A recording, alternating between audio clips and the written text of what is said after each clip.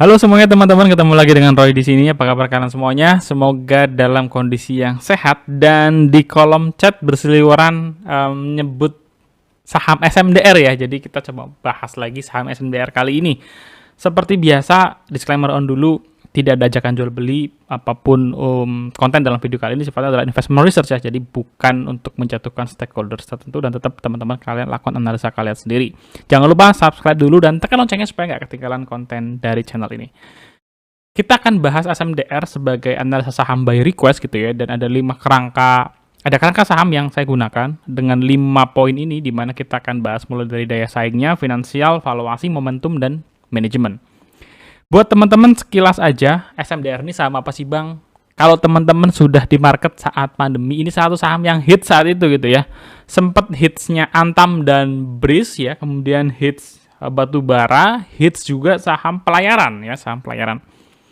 SMDR ini menurut saya satu saham yang secara bisnis itu saya senang banget, karena dia ini bener-bener secara bisnis ujung ke ujung gitu ya. Kalau teman-teman lihat dari gambar ini saya ambil dari annual expose-nya ya, jadi teman-teman bisa lihat ke sana. Saya agak sulit untuk membesarkan gitu ya. Ini mulai dari bongkar muatan warehousing ya, masuk ke dalam kontainer, kemudian dia masuk ke dalam transport, ada truk SMDR, lalu shippingnya gitu ya, ini kapalnya SMDR, sampai ya kembali lagi ke kontainer di tujuan dan warehouse seperti apa. Ini adalah bisnis yang apa istilahnya ya, terintegrasi gitu ya. Jadi ini perusahaan pelayaran ya dan logistik dengan konektivitas global yang terintegrasi. Kenapa SMDR ini menjadi satu saham yang hits gitu ya saat itu ya? Kelangkaan kontainer teman-teman ya. Ini kelangkaannya adalah worldwide gitu ya, seluruh dunia. Banyak perusahaan yang ngantri. Efeknya apa kalau supply-nya terlalu rendah sementara demand-nya tinggi gitu ya. Banyak perusahaan ingin ngirim gitu ya. Ya otomatis hukum ekonominya dimanapun, ketika demand lebih tinggi daripada supply yang tersedia, harganya naik. Ya itu juga diaminkan oleh laporan keuangan perusahaan ya di annual report, bahwa kinerjanya naik di tahun 2021 karena adanya kenaikan dari tarif angkutan. Ya ini penting. Jadi kenaikan SMDR itu di masa-masa jayanya 1,5 tahun ini ya, terakhir ini ya, itu karena kenaikan tarif angkut penyebab dari kelangkaan. Jadi sekarang SMDR gimana statusnya? Pertama ya jelas, kontainer sudah tidak lagi langka teman-teman ya. Kalau ada teman-teman investor di sini yang berharap bahwa harga SMDR sahamnya akan naik seperti masa itu dan kinerjanya akan setinggi masa itu, ini adalah satu syarat yang harus ditemui, yaitu kelangkaan kontainer lagi. Which is kalau kita bicara soal proyeksi, sesuatu yang sifatnya kelangkaan itu harus kita eliminasi dulu gitu ya. Kalau saya nggak bisa membayangkan bahwa saya memprediksi tahun depan akan langka gitu ya. Sulit ya, parameter apa yang menyebabkan ini langka gitu ya.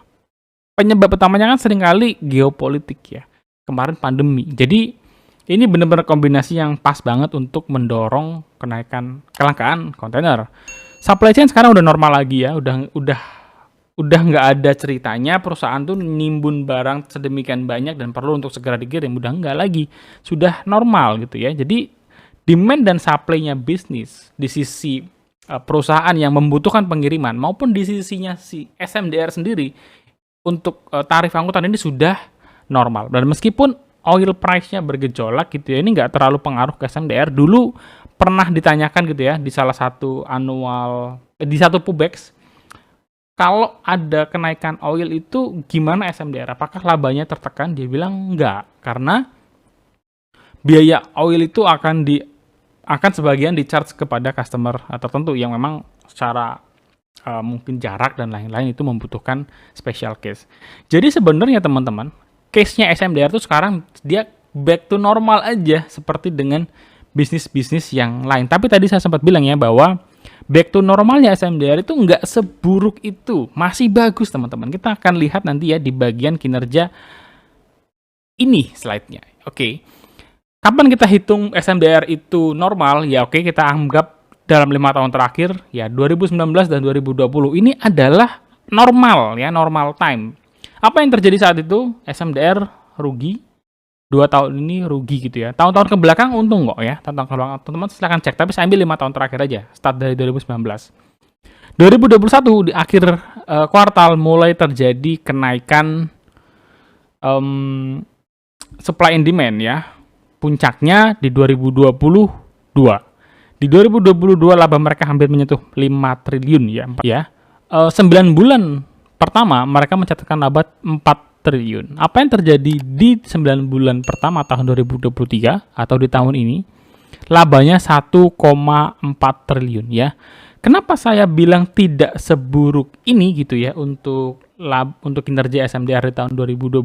Karena saya melihat tahun 2023 masih ada sisa 1 kuartal lagi teman-teman ya. Kalau kita bagi 3 ya, kita hitung rata ini sekitar 500 miliar. Jadi kinerja tahun 2023 SMDR itu kemungkinan bisa lebih baik ya, atau sama dengan 2021 atau mungkin kalah tipis. Tapi setidaknya dia masih mencatatkan pendapatan ya kurang lebih plus minus proyeksinya hampir 2 triliun. Ini tentu saja capaian yang nggak bisa dibilang buruk gitu ya untuk perusahaan yang 2019 dengan 2020 labanya minus gitu ya. Di sini ada penurunan tahun lalu dengan tahun sekarang. Jadi tahun lalu 2022 ROE-nya 27%, sekarang 23%. Yang paling pengaruh adalah net profit margin dari 14% turun 50% menjadi 7% teman-teman ya.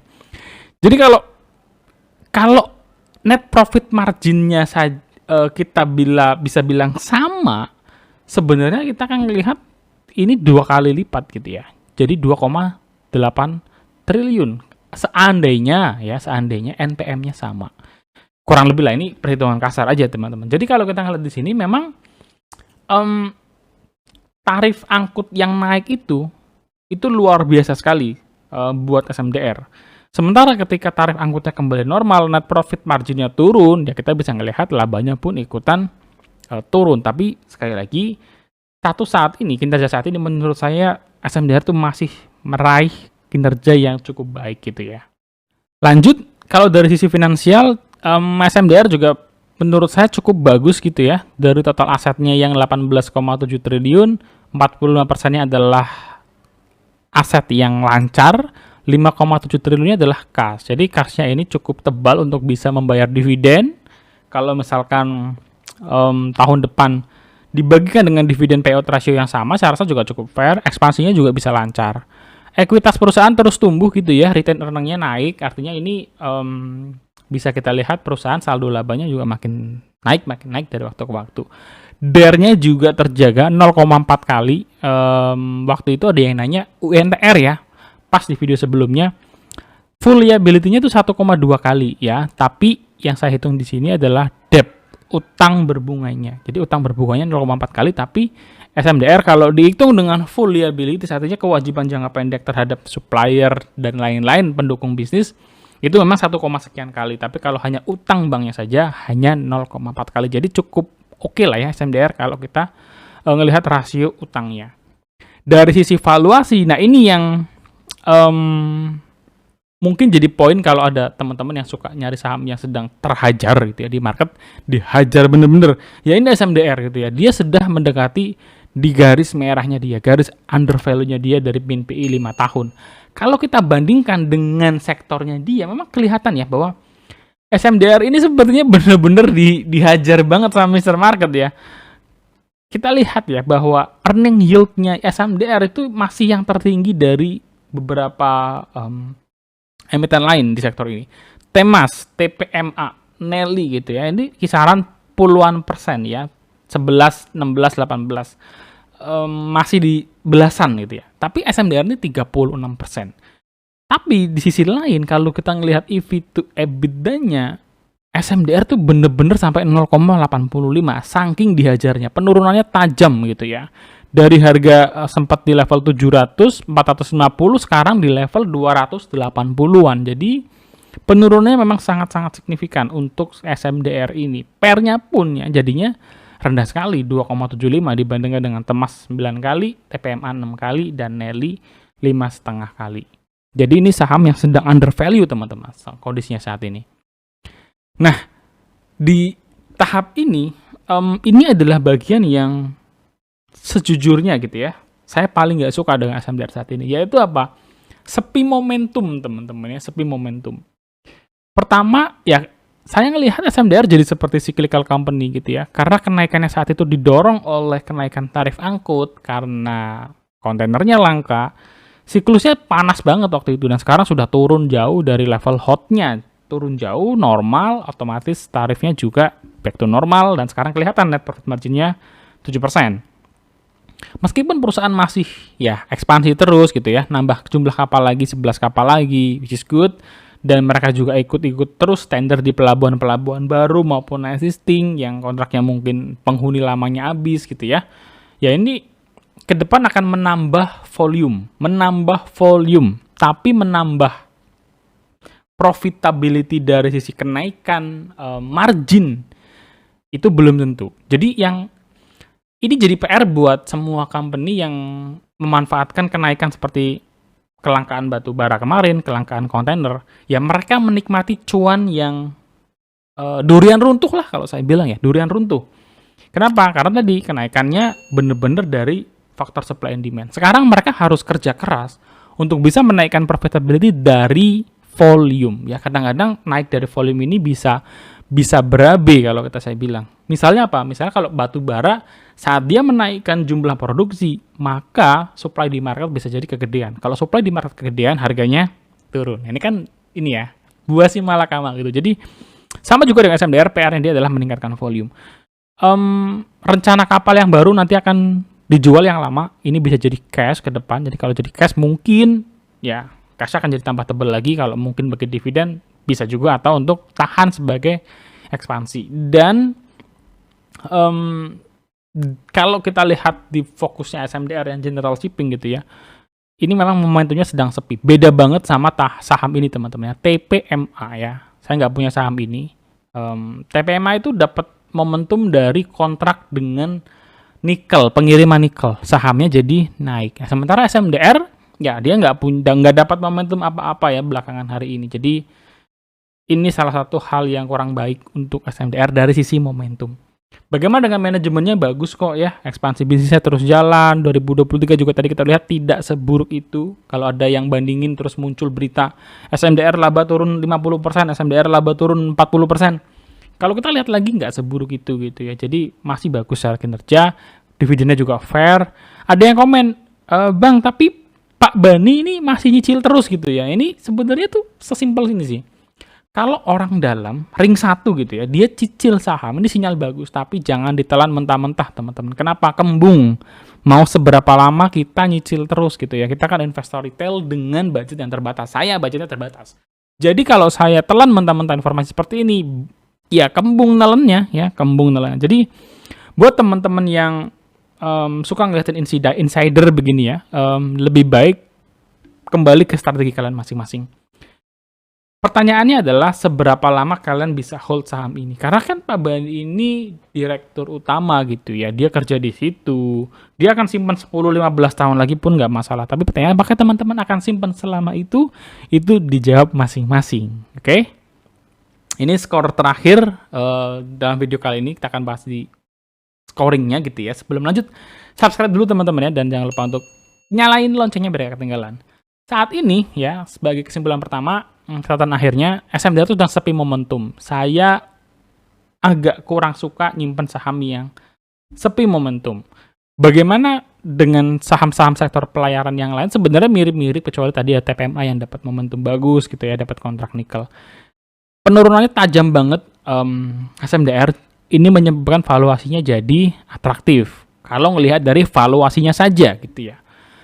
Nah, kalau teman-teman mendengar atau membaca berita mengenai kinerja yang disebut anjlok, saya masih bisa bilang nggak seburuk itu kinerjanya. Tadi kita udah lihat sama-sama juga gitu ya. 2019-2020 rugi.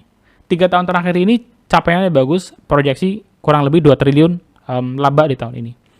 DPR-nya, dividen payout ratio-nya, dan fair dividend strategy, yield-nya tahun depan 6-8%, menurut saya masih bisa untuk SMDR gitu ya. Lalu kalau untuk investing plan, saya skip dulu untuk SMDR kali ini gitu ya. Kenapa saya skip untuk SMDR? Satu, dalam pandangan saya belum menemukan entry point yang menarik. Dalam artian bagaimana caranya SMDR itu akan hit ke target yang kita set gitu ya. Kenapa? Karena dalam framework framework yang saya gunakan gitu ya. Sekali lagi ini mungkin bisa beda dengan teman-teman. Bagger yang tertunda itu datang dari kenaikan kinerja yang signifikan, ketemu dengan momentum, dan kita masuk di valuasi yang atraktif saat ini. Ini tiga poin yang sudah saya buktikan berkali-kali ketemu Bagger, kejadiannya seperti ini. Nah, bagaimana caranya SMDR bisa naik kinerjanya, lompat gitu ya, seperti kejadian tahun 2022, itu saya membayangkannya agak sulit. Kenapa? Pertama, dia harus berjuang dengan volume. Semakin dia berjuang dengan volume, otomatis resource yang dikeluarkan harus lebih banyak gitu ya. Sementara kejadian tahun 2022, mereka menang karena kenaikan tarif angkut di luar kendali mereka, ya, mirip-mirip dengan emiten price taker. Yang kedua, momentumnya sepi, ya memang fair aja saat ini momentumnya sedang sepi. Yang ketiga, ya mungkin ini yang bisa jadi pegangan bahwa valuasinya saat ini atraktif gitu ya. Jadi buat teman-teman yang mau invest atau sedang hold saham SMDR, ya valuasi SMDR saat ini sedang atraktif, tapi 2 poin yang lain tadi menurut saya belum ketemu aja untuk saat ini. Jadi silakan teman-teman elaborate lagi dengan strategi plan kalian, kira-kira ke depan akan bagaimana posisi SMDR di dalam portofolio kalian. So, itu aja teman-teman video saya kali ini. Feel free untuk diskusi bareng di kolom komentar. Jangan lupa untuk subscribe, share, dan like video ini. Dan tulis di kolom komentar saham apa yang kita bahas di next video. God bless you guys. Bye-bye.